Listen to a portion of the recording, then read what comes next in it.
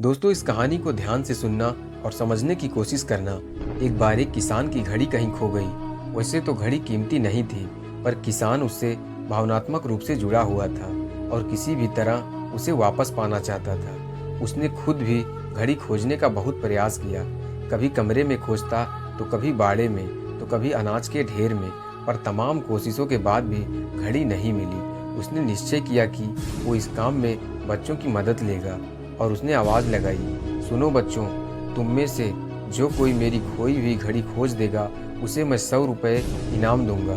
फिर क्या था, सभी बच्चे जोर शोर से इस काम में लग गए।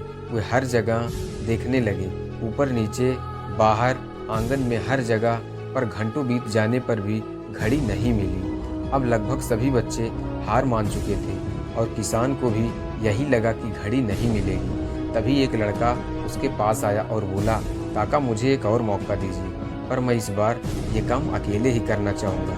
किसान का क्या जा रहा था, उसे तो घड़ी चाहिए थी। उसने तुरंत हाँ कर दी। लड़का एक एक कर घर के कमरे में जाने लगा और जब वह किसान के शयन कक्ष से निकला तो घड़ी उसके हाथ में थी। किसान घड़ी देख प्रसन्न हो गया और अचरज से पूछा, बेटा कहाँ थी ये घड़ी, और जहाँ हम सभी असफल हो गए वहाँ तुमने कैसे ढूंढ निकाला?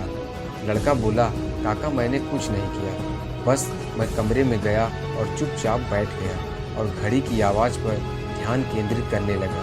कमरे में शांति होने के कारण घड़ी मुझे टिक टिक सुनाई दे गई, जिससे मैंने उसकी दिशा का अंदाज़ा लगा लिया और अलमारी के पीछे गिरी ये घड़ी खोज निकाली। दोस्तों, जिस तरह कमरे की शांति घड़ी ढूंढने में मददगार साबित हुई, उसी प्रकार मन की शांति हमें लाइफ की ज़रूरी चीज़ें समझने में मददगार होती हैं।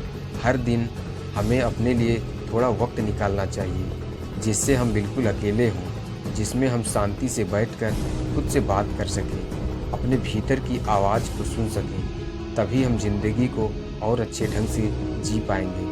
तो कैसी लगी यह छोटी सी कहानी? आप लोग कमेंट